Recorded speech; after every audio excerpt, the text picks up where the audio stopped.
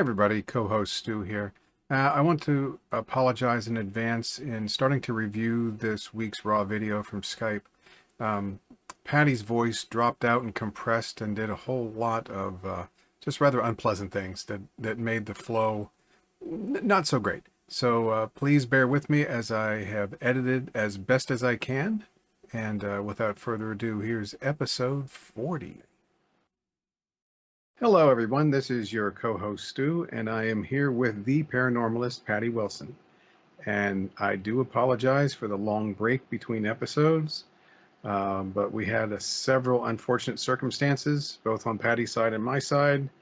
And my health is still not completely all there, but I'm well enough to look at Patty and hear her stories. And I'll try not to talk so much because I won't be putting together sentences that will sound halfway logical.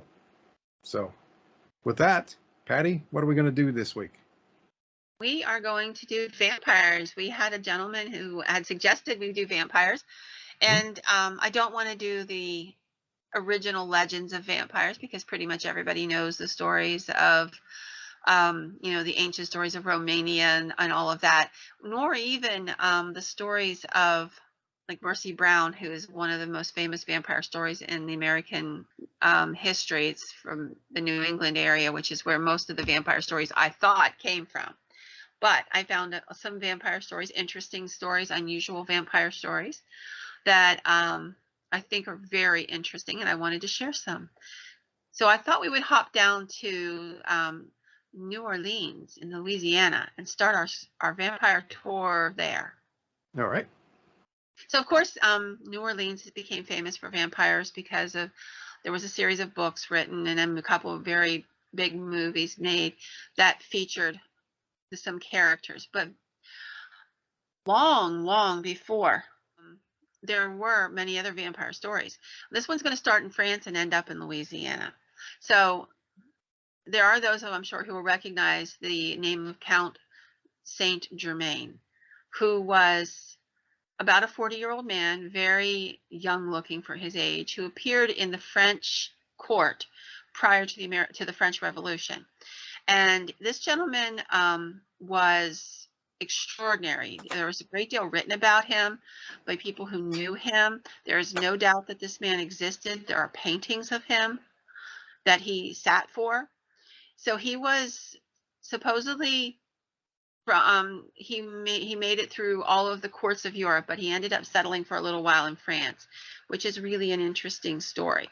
He was an enigmatic character, to use the only word I can think of for him. He played the piano and the violin like a virtuoso, spoke 6 languages. He was a skilled conversationalist, which today people don't understand what that means, but the ability to have that oratory is amazing. He had an unfathomable amount of wealth. He carried jewels in his pockets and would just give them out to certain people as gifts, much like we might give somebody a piece of candy. He was so wealthy. Nobody knew where he came from, who he was, who his family was. Lots of speculation that he was the bastard son of some elite king in Europe or somewhere else. There are, I think, probably the one claim that has been repeated the most is that he was the son of Francis Rákóczi, Prince of Transylvania. But he didn't, he never confirmed that. He never talked about it. And he was always very careful not to talk about his origins. His one big passion was science, and of all the sciences, he loved alchemy the most. Now, for those who don't know what alchemy is, it is the idea that you can take minerals and different things and use magical spells and cantations and turn them into gold or other precious metals. He was spoken of by Voltaire, and Voltaire wrote, "The man who knows everything and who never dies," was how Voltaire described him. He said he was 40. He looked like he was probably half that age. He was extremely charming, invited by many dukes, kings, and princes to sit in their courts and their tables. The interesting thing about that is he would come to all of these amazing dinners. He would never eat a bite of food. It would be placed in front of him, and he would move it around on the plate a little bit with a fork, and then distract himself and everybody by saying, "Oh, did I mention blah blah blah," and take off into a story. He would sip wine, but the wine he always brought with him from his private stock, and that was the only wine he would drink. Then, right before the French Revolution, there are some people who believe he might have sparked the French Revolution, putting these ideas and thoughts into the heads of some of the French court. He got sick, quote unquote, and he died in 1784. That's the official date of death. There is no tombstone, and nobody saw him die, and nobody attended his funeral. Just his servants put out the word that he had passed, and his remains would be moving to his homeland. Nobody saw anything, ever. So he has always been somebody that people have speculated about because, you know, nobody knew if he passed away. Throughout history, there have been other people, all the way up through to the 1970s, who have claimed to be Prince Saint Germain. I don't know if they are or they're not. But we're going to go forward till the early 20th century. A man by the name of Jacques Saint Germain appears in New Orleans. He is approximately 40 years of age, has heavy money bags, has the ability to talk his way into any social setting, and very quickly becomes part of the elite, well-to-do culture of the upper society of New Orleans. He throws lavish parties, invites all of the right people, and they all come, and he has every meal catered, and they all come in. Interestingly enough, much like Saint Germain from France, this Saint Germain, Jacques Saint Germain, also never is seen to eat a bite of food, ever. Only sips at his private stock of wine. He is becoming very, very popular in New Orleans. All the rich people are courting him because he is dripping money, and he's very happy to share it, which makes him a very popular fellow. Mm-hmm. And one night, several months after he came to New Orleans, he had a young lady that was one of the young ladies at the party stay behind for a little bit. And he offered to show her the moon on the balcony after everybody else had left. And he had a mansion on Ursuline and Royal Streets in New Orleans, if anybody from that area wants to go check the place out. And according to the story, Saint Germain attempted to bite her. She screamed, she fought him off, and she jumped, according to eyewitnesses, off the second floor balcony to get away from him. She was screaming when she hits the ground. People come running because you don't often in the middle of the night see a young lady jumping off the second floor balcony of a mansion, howling in fear. And she's screaming, "He tried to bite me. He tried to bite me." When they look up, Saint Germain is not there. He is inside, presumably.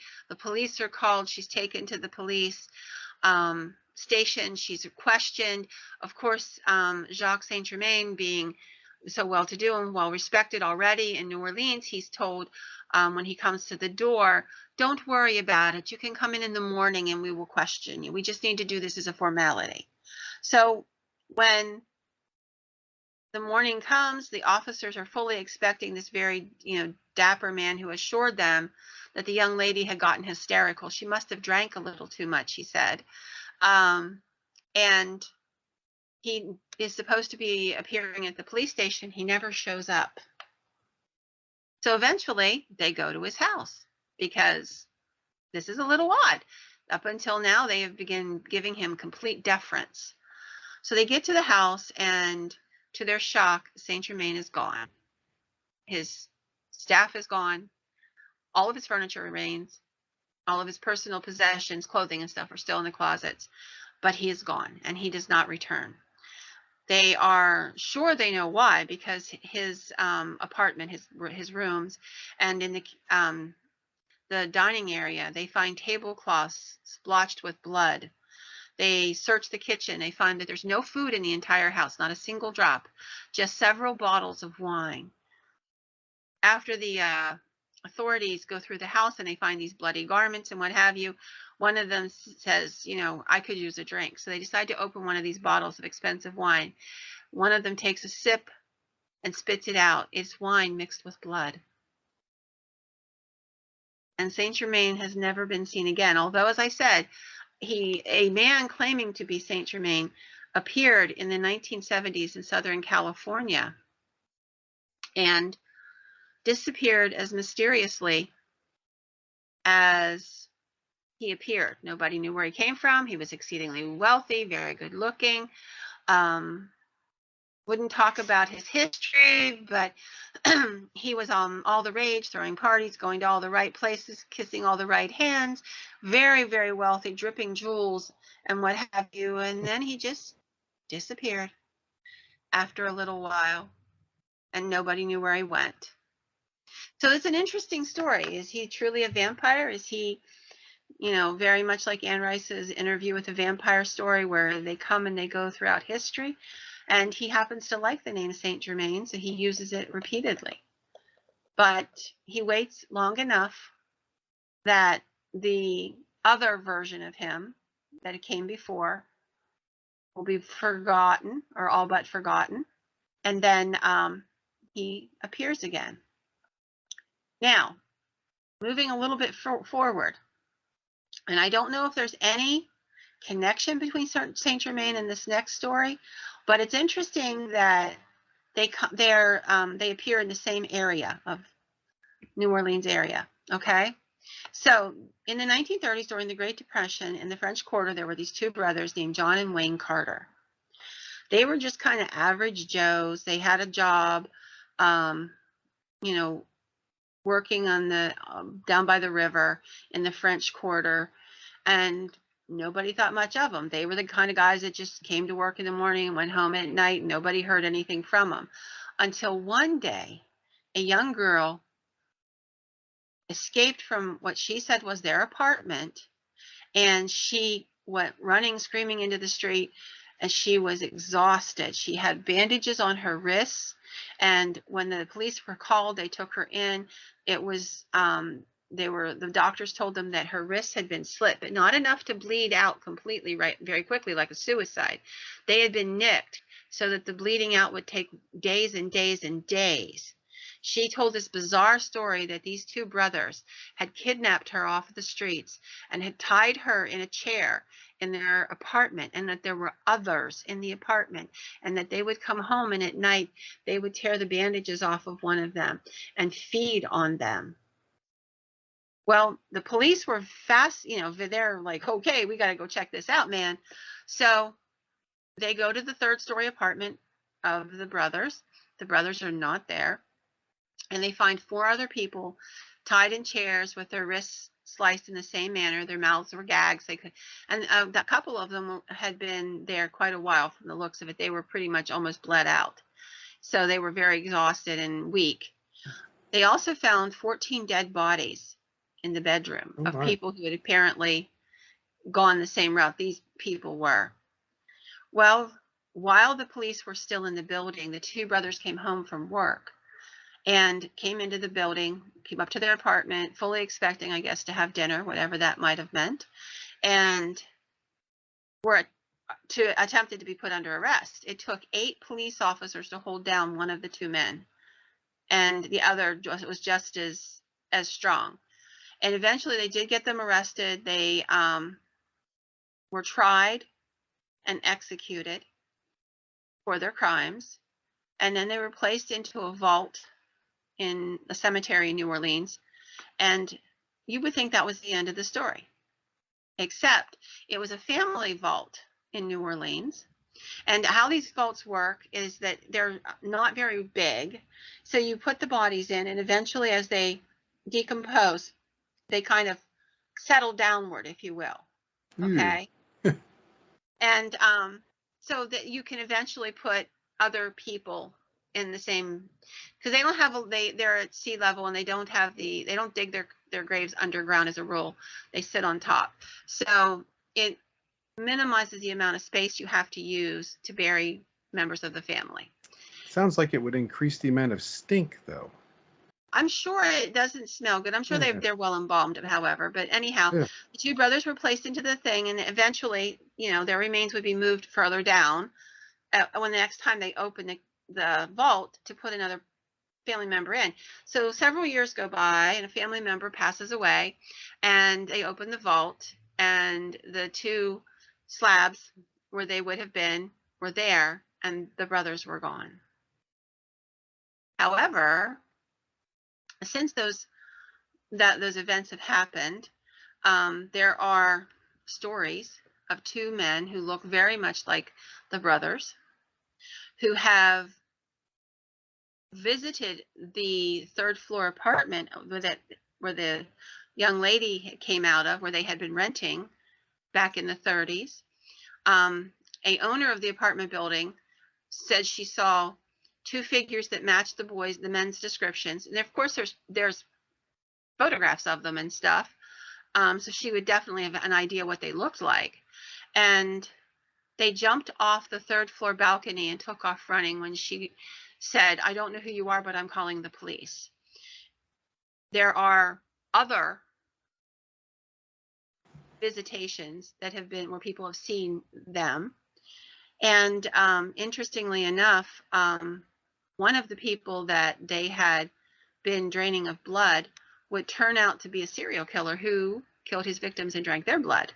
Now, the story of vampires is that if for 7 nights in a row they feed off of you, then you become a vampire yourself. And so the question remains, are they vampires that Saint Germain had turned? They're certainly from the same area, coming about 70 years after he was seen. Or not even quite 70 years, about 30 years actually, after he had been seen. There's something or someone is returning to this area, and we know that at least one of their victims, the brothers' victims, turned out to be a blood drinker himself. It's a very weird story, and hopefully one that vampire lovers will enjoy.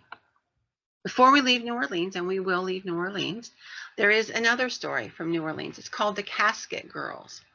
So New Orleans was colonized by the French originally. That's why there's a lot of French cooking, French language, and there was a lot of Creole also there. So there were a lot of young ladies who were prostitutes, made a living, but there weren't a lot of ladies to marry, and there weren't a lot of young Christian ladies, if you will. So there is a story, and there is some truth to the story, that a group of young ladies known as the Casket Girls. Now, casket not meaning that they came in caskets, but they came with very strange luggage that looked like caskets. It was long, oblong boxes that looked like they could have been a casket, and they said that that was their luggage. Some of them got off in Mobile, Alabama, whenever the ship they were on stopped there, because they found out that New Orleans had some negatives. It was a pretty rowdy place. There weren't, it was pretty rough. And there was a lot of like mosquitoes and snakes and alligators and things that just made life sound like not so good. So what ended up happening is that some of them slipped off in Mobile, and they didn't take their caskets with them. Others made it there, and supposedly they were under the watch of the Catholic Church in New Orleans was going to house them. The girls and their caskets that got there ended up at this nunnery, and in the caskets were stored in one of the rooms on the top floor in the nunnery, which to this day is locked. And supposedly the caskets are still in there. It is believed by some that they were bringing with them the native earth of a vampire and the vampire himself. There were a lot of stories at the time of young ladies being bitten on the neck, of all kinds of attacks in New Orleans after they got there. And there's some really interesting stories why the place is still locked up.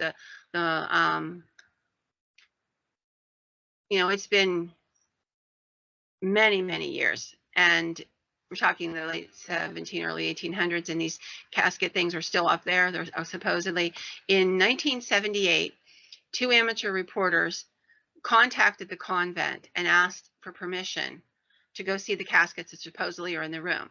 They were told no. So they decided to scale the building one night and break into the room, get these pictures, and have this great story to tell. This is 1978. This is a long time after these girls have come and gone, and the girls just sort of disappeared over time. Nobody knows what happened to them. So they sneak into the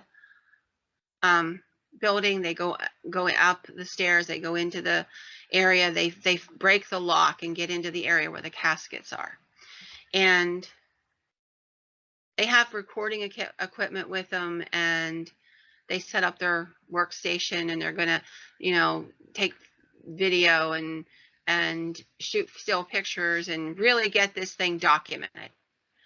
And in the morning, their equipment was found laying on the ground outside of the nunnery, the convent walls. The almost decapitated bodies of the 2 men were found laying on the ground. About 80% of their blood was gone. And to this day, it's an unsolved crime. Nobody has the faintest clue what happened.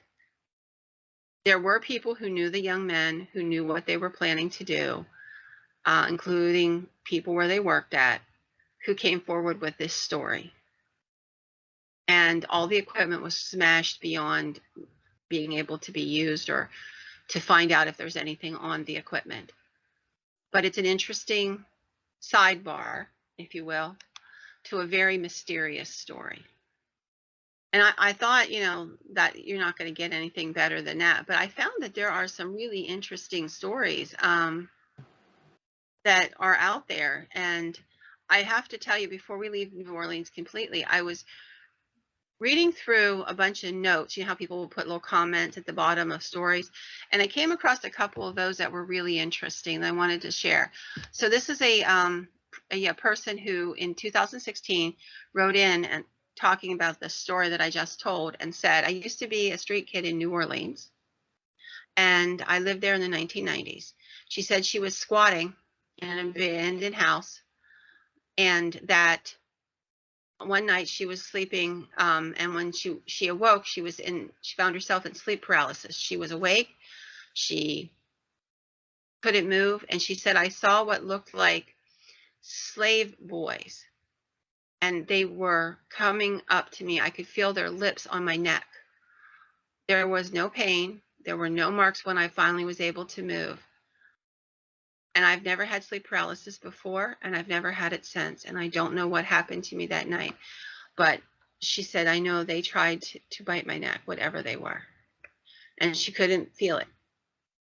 I found a couple others who talked about a specific bar in New Orleans where they went in and had dinner.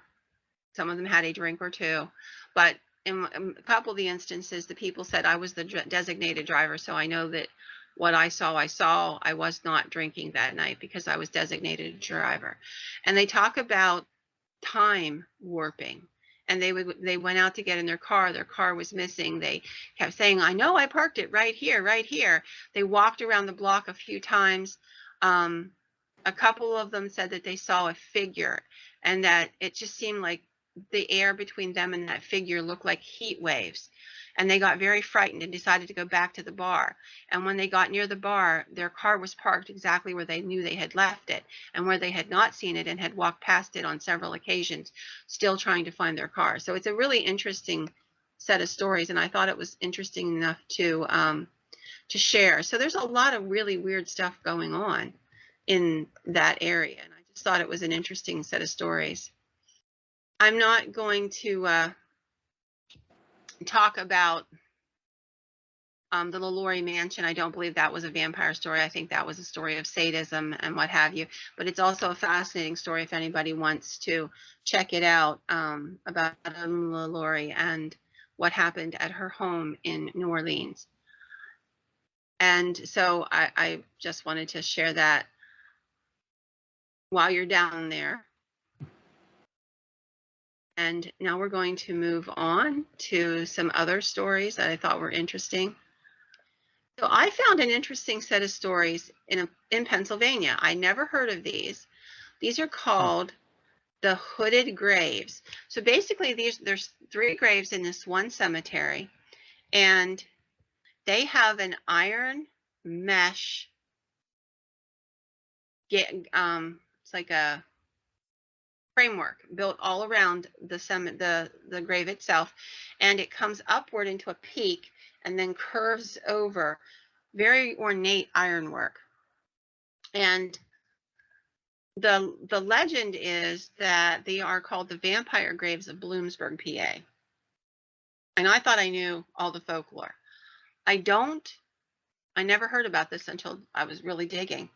So basically there are these 3 graves in the cemetery, and the gentleman who wrote the article describes that he decided to go there.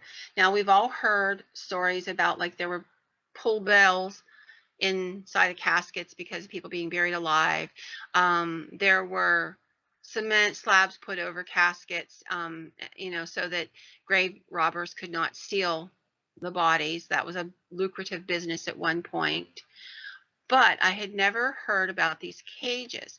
So the gentleman who wrote the article said he went there and he found, it's not hard to find them. They're the only ones there. There was Asenath Campbell Thomas was the name of the first one, the wife of John Thomas. And he said the stone was broken, but you could put it together and still read it. And it said she died in June 26th of 1852 at the age of 20.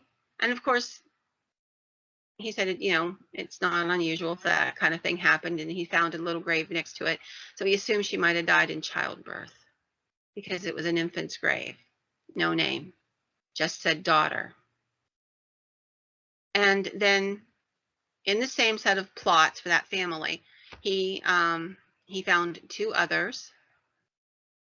And he was a little bit surprised. So by her grave, there was another one for a lady named Sarah Ann Thomas Boone.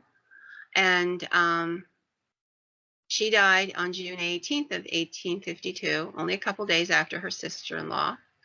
And then near Sarah's, there was another one, Rebecca Clayton, who died only a couple weeks later.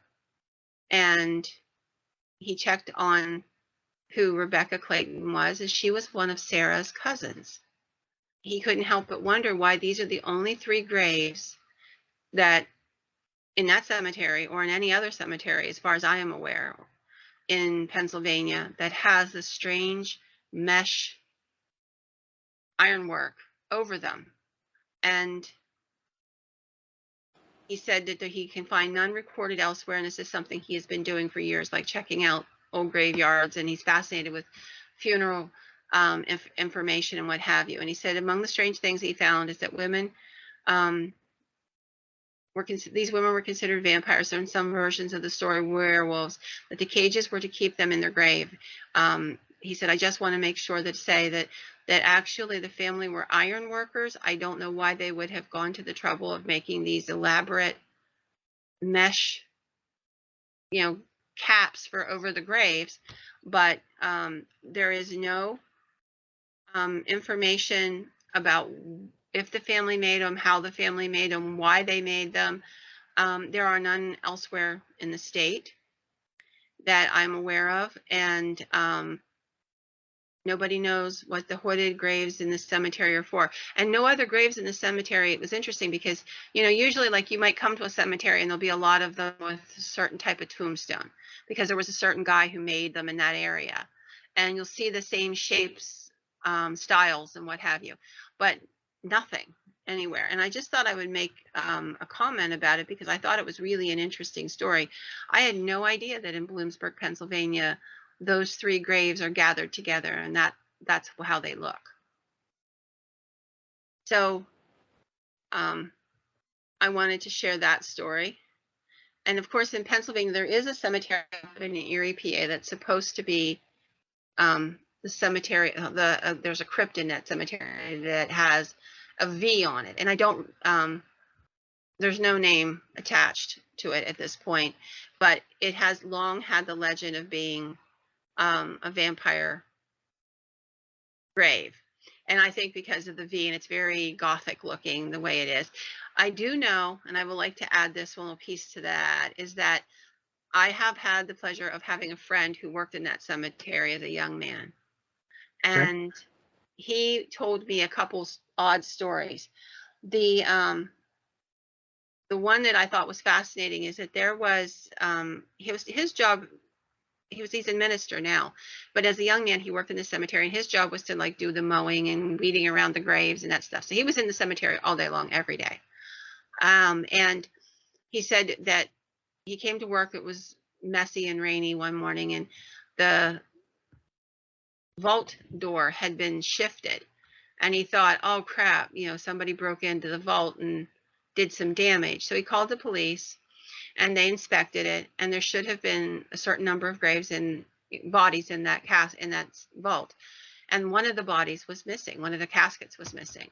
So the police opened a case, and later that day he was working in another part of the cemetery, and there were some dirt piled up there for a grave that was freshly dug and would be used the next morning for an interment. And underneath the green grass stuff, that fake grass that they put over the dirt, he noticed a little piece of metal glinting. So he flipped it up, and there was a casket, an older casket. And he recognized, he thought, oh, I bet this is the casket. Somebody stole it and they couldn't carry it all the way out, so they dropped it here and hid it.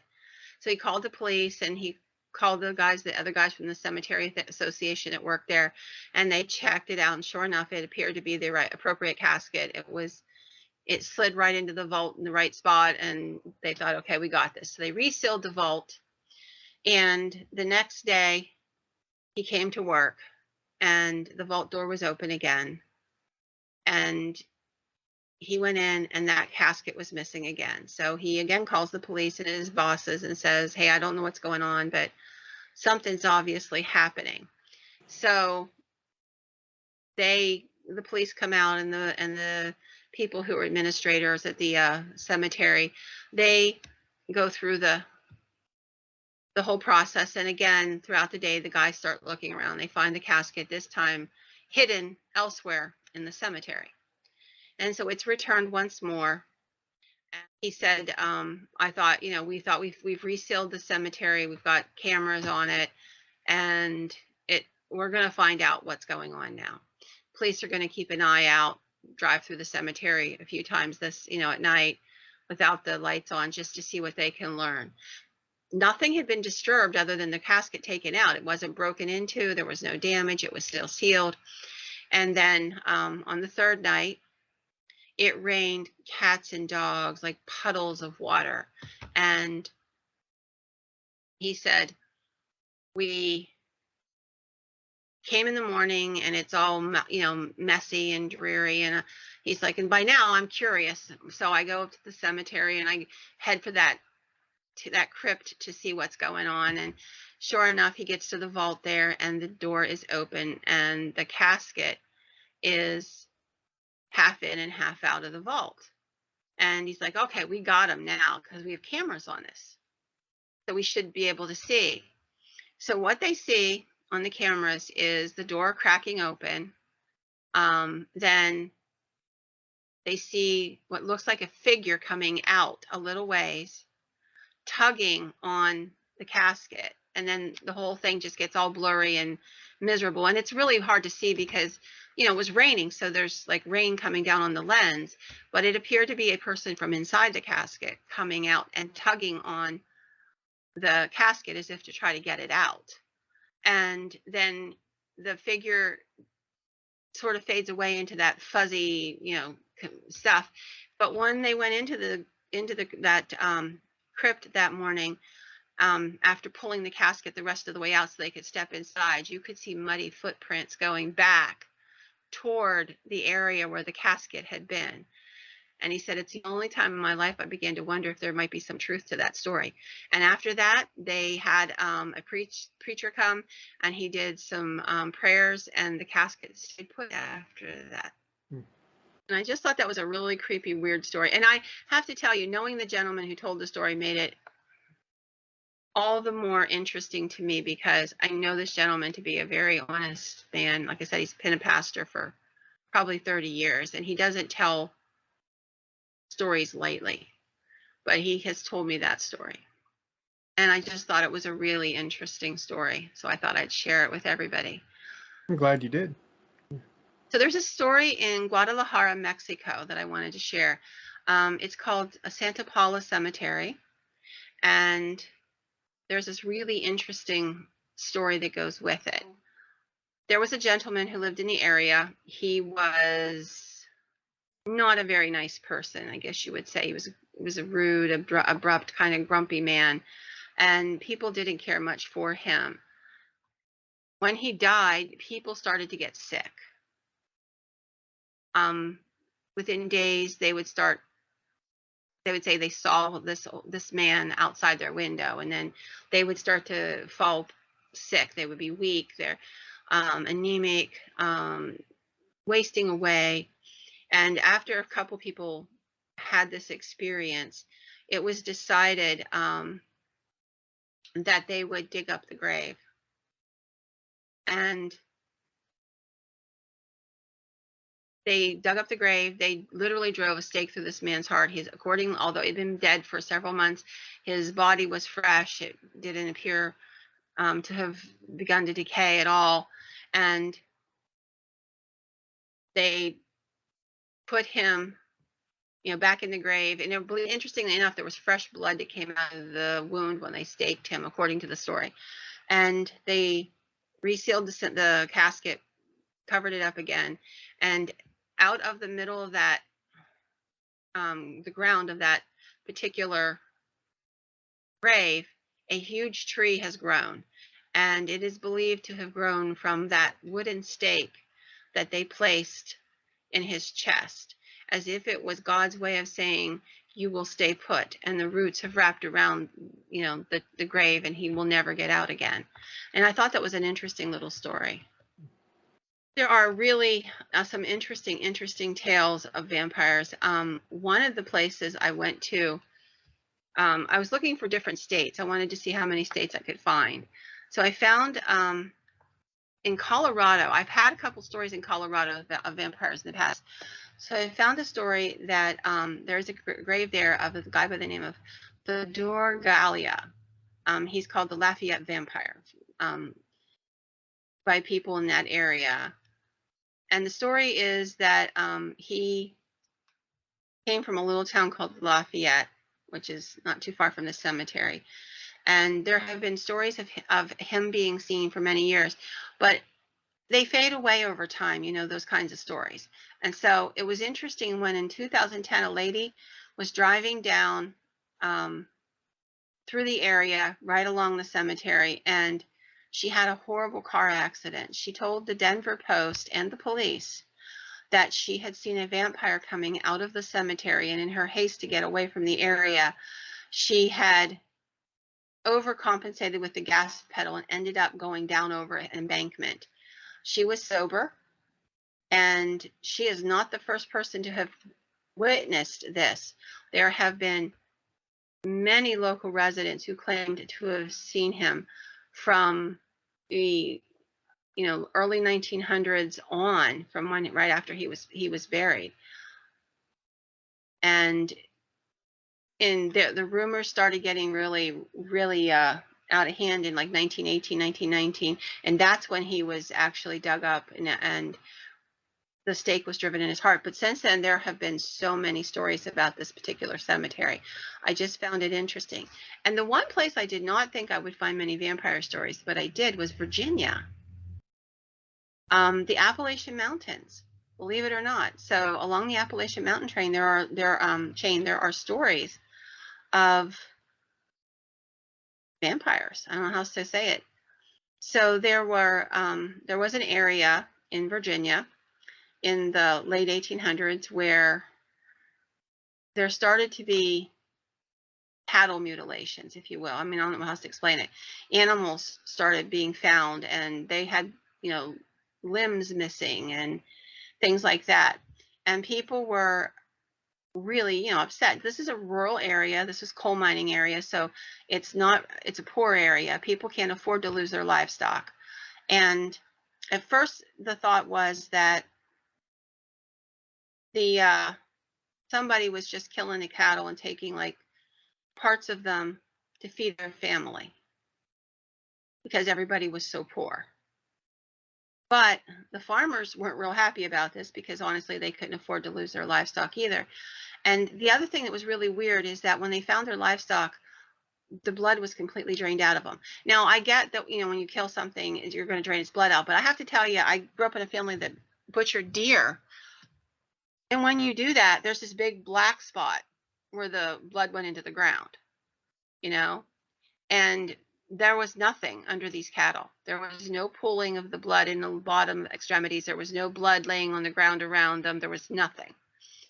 And after the two cattle were found, a few weeks later, there was a meeting in the town at the tavern. I'm pretty sure it might have been fueled with a little bit of alcohol, being where it was at. But a lot of people were worried, complaining, and they were saying, what's changed around here?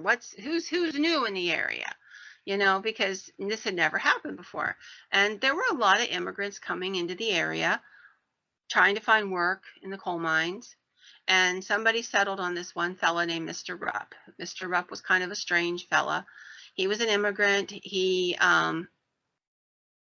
was living in a remote cabin far away from everybody, didn't socialize with anybody, just went to work and came straight home. Didn't even socialize with other immigrants of his native tongue, which is unusual. I mean, I can understand not being able to make friends right away in a strange place with strangers, but most of the time in those situations, people who spoke the same language would, kind of pal around together and give each other support. So two young men volunteered to check out Mr. Rupp. They snuck up to his cabin and they peered through the window and they watched what they couldn't believe. The guy was sitting in front of the fireplace eating a large piece of raw meat.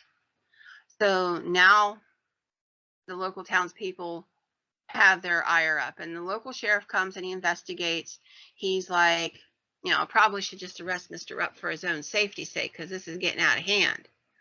So he arrests him, but it's not really illegal to eat meat. And he kept saying that it was something he had hunted, and there was no way to prove it was not something he hunted.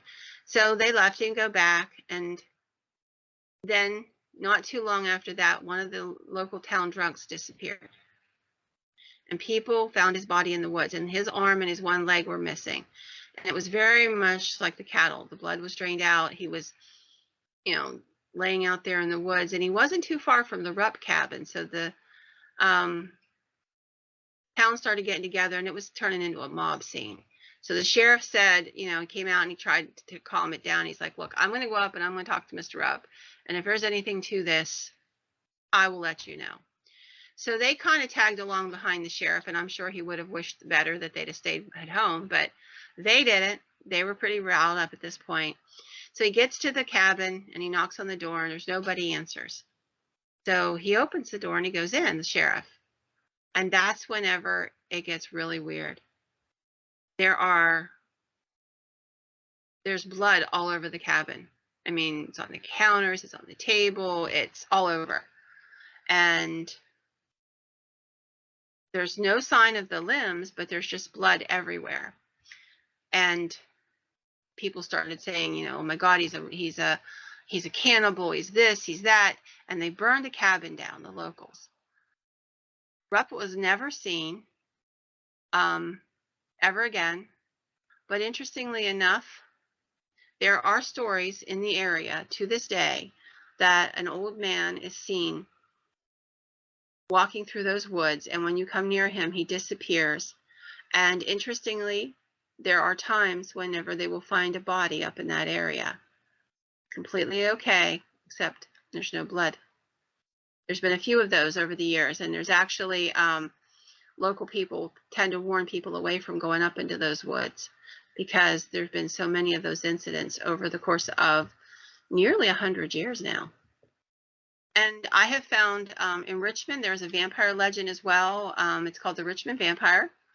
And it was an interesting story. So there was a place called the Church Hill Tunnel, and it was a railroad tunnel. And it was a terrible place. It was badly built and had terrible drainage, so it would flood. And it was just a really bad place.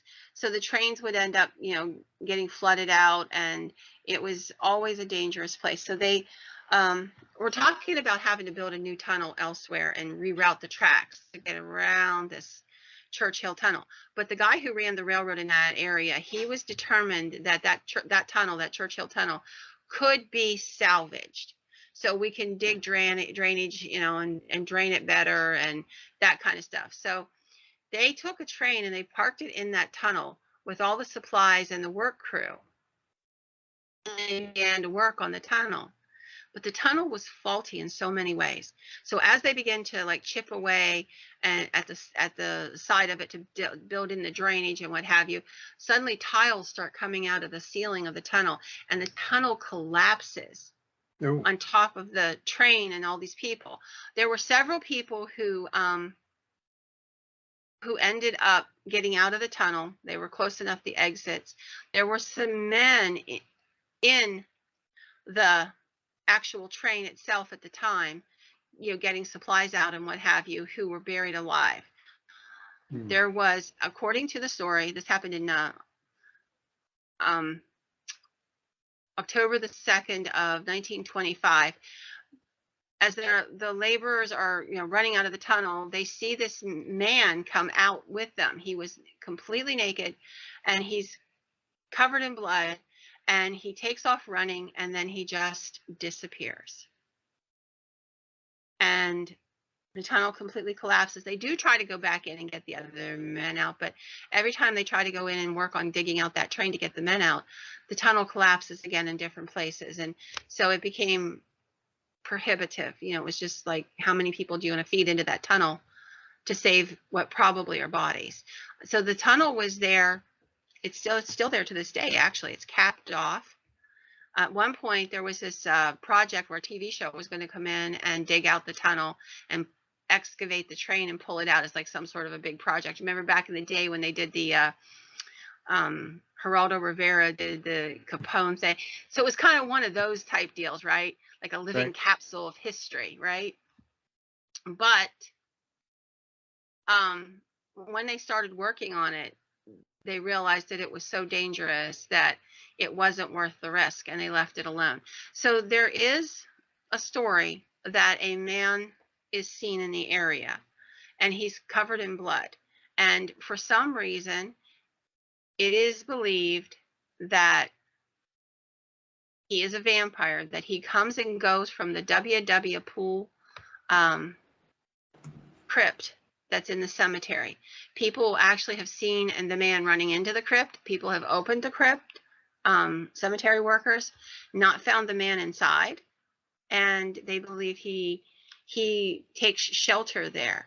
Now, there's a very rational explanation, which could be that one of the wounded men, you know, from the tunnel collapse got out and just took off running, and people saw this horrible thing and built up the rest of the story, but they never found the body, if that's the case. And you would think that they would find him, because, you know, if he was in that type of shape, you would think he would be found. And So it's an interesting story, and I just thought it was fascinating. It was interesting for me to do the research and find that there are so many of these stories. There are literally, California has them, Colorado has a bunch of them, New York State has tons of them. All of New England is filled with these types of stories. And I think that, these are enough for tonight, but I might come back and tell some more vampire stories from all around the country. That would be, yeah, again, trouble talking, sorry. That would be very interesting. I was really shocked by all of that.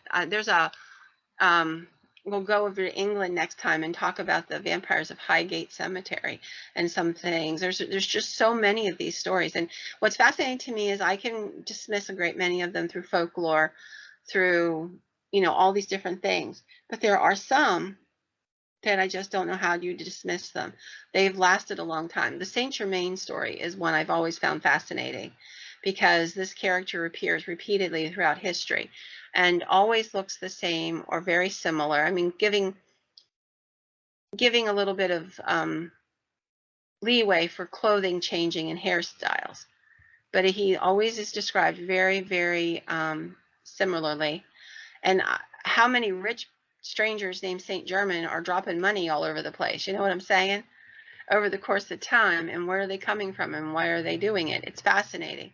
But there are so many interesting stories in New Orleans. I thought was probably vampire stories because of, the Anne Rice books. But here I found out that there are vampire stories like crazy in New Orleans and have been for quite a long time. So I am done now. Okay. Well, thank you for those stories. And if you, watching this or listening to this, have enjoyed Patty's stories this time, please do us the favor of on YouTube clicking the like button, giving us a good rating through whatever audio platform you listen to for your podcasts. If you haven't joined one of our Facebook groups, and I just realized that the one called the Paranormalist Group Share is actually one that the former co-host did for the previous incantation. And for some reason that just eluded me for well over a year now. That's and okay. The other one, the I figured you Paranormalist thought it wasn't broke, don't fix it, so I just left it be. No, and the Paranormalist podcast is one that I started maybe because I didn't know if I had access to the podcast. But anyway, we may at some point try to merge those back together because I think they're the same group of people. A lot of them are. I recognize the names. So, and we do appreciate that. And we, as always, have the email address paranormalist@theparanormalistpodcast.com. You can send us your ideas. We're still looking for questions for a Q&A episode. So if you have questions for Patty, please, submit those so that we can address them. And one last thing I have to say is before I unfortunately had my involuntary break from pretty much everything in life, I obtained the rights to use the same theme music we have now, but with that vocal component that used to be in there before. So you may have noticed that the opening of this podcast and the ending will have that back. So those of you who pined for the old days, we're trying to bring them back a little bit. So. And I would like to tell everybody, first of all, that you are a dear and precious friend, and we are so grateful you're feeling better. Thank you. And to thank the good Lord for the fact that you are here with us, and just want you to know how very precious you are to all of us. I mean that. Thanks a lot, Patty.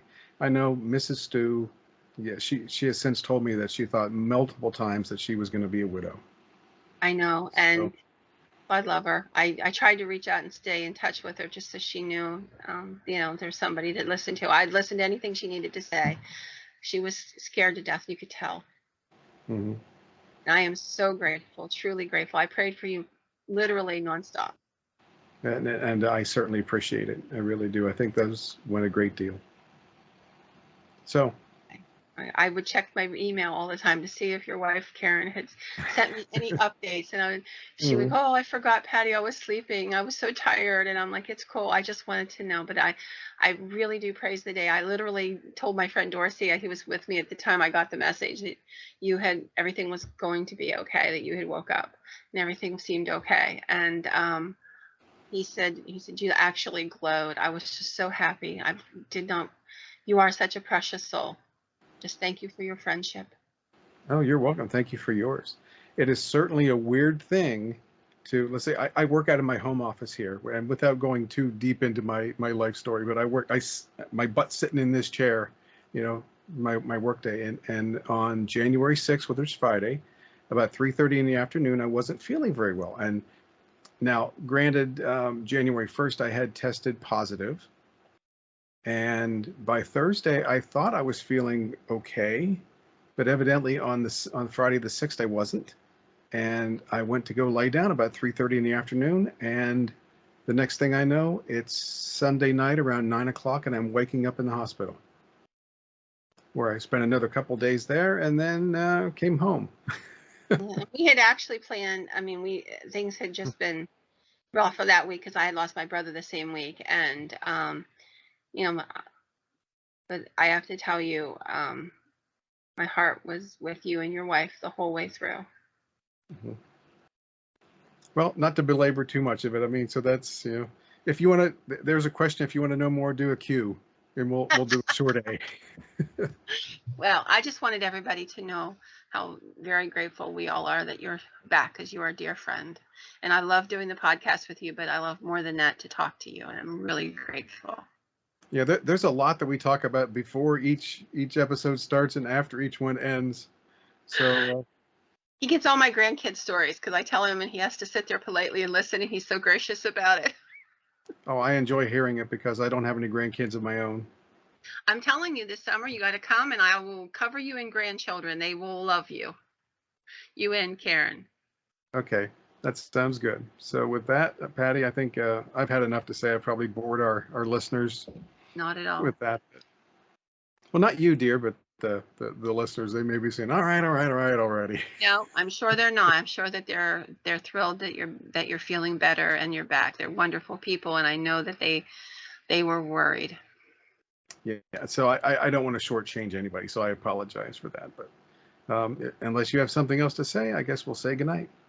Nope. I will be happy to say good night. Good night, everybody.